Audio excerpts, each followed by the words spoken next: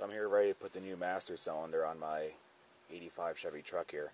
I figured I'd run you through how to bench bleed a master cylinder. When you buy a master cylinder from a parts store, it's obviously empty of brake fluid. Before you put it on the truck, you have to do what's called bench bleeding it. Now there's a few different ways you can do this depending on what the kit comes with.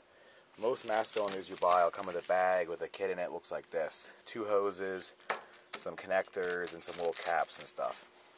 The other kit I've seen them come with is basically these things, but without the nipple on them. They're just a solid plastic plug. And the final result works the same way. Since I have this one, I'll show you how to use this one. The first step is you have to thread those red plastic things into the appropriate ports in the master cylinder. Most master cylinders, at least on Chevys that I've experienced, have 2 different sizes. So the kit should have came with 2 different threads. I have seen them come with ones that have kind of like a tapered thread where it just kind of cross threads in. That'll work too, as long as you get a seal out of it. Okay, so here's what it should look like when you get the kit set up. You thread these plastic fittings in until they pretty much stop. Don't over tighten them, they're pretty soft. There's a white plastic tee here that'll hold your hoses from popping out and flying all over the place. Just cycle these lines back in to the reservoir and make sure they're under the level of fluid.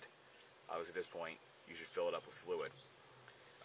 What's going to happen here is it's going to push the fluid through the lines. It's going to push all the air out of the internal chamber of the master cylinder. When you push this in, there's a double piston in here. One obviously goes to front brakes, one does the rear. And it will push all the air out of it so that when you put it on the truck, you're not pushing air into the brake lines. It's also very hard to bleed these through regular bleeding on the vehicle. You'll be pretty much bleeding the brakes forever. What you want to do is you want to mount it in a vise. I'm kind of working a little sketchy here because I don't have my shop set up yet. And you want to take a Phillips screwdriver or something else like this shape, and the back of the master cylinder will be a little divot usually where the brake pedal rod will go. And what you do is you slowly push this in. You should usually take a few seconds to push it in, a few seconds to push it back out. And what you don't want to do is push it completely in until the piston stops. That can actually break the seal in the back of the master cylinder here. And especially if the master cylinder has been sitting on a parts shelf for a long time to work on an older vehicle. Sometimes they sit on the shelves for 5 or 10 years before they're sold. And the seals can become brittle and you'll instantly blow that seal out if you push it all the way in. So you just kind of feel for it for where it ends. And you'll see when I do this, it's going to push bubbles through here, and you're going to see bubbles coming out of the fluid. That's actually coming from the small holes that are in the bottom of the master cylinder reservoir where it sucks it in. As you can see, start pushing it in here.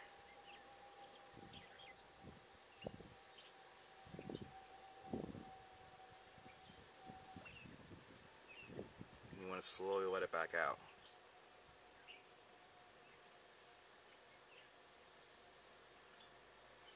See, as I'm letting it back out, even more bubbles are coming out of the reservoir there. As you want to keep on doing this until you have a few cycles where you don't get any air out of it.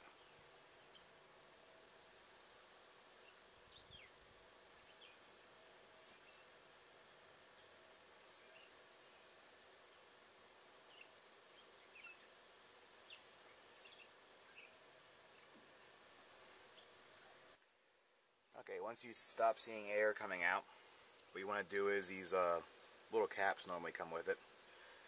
And you just want to pop these hoses off here and cap them as quick as you can. That'll keep most of the air from going into it there.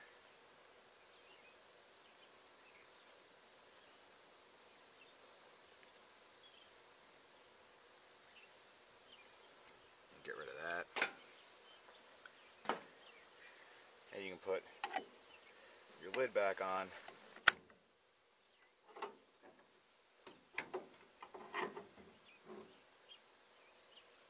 There you go. Now it's ready to put on the truck. There you go. New master's on.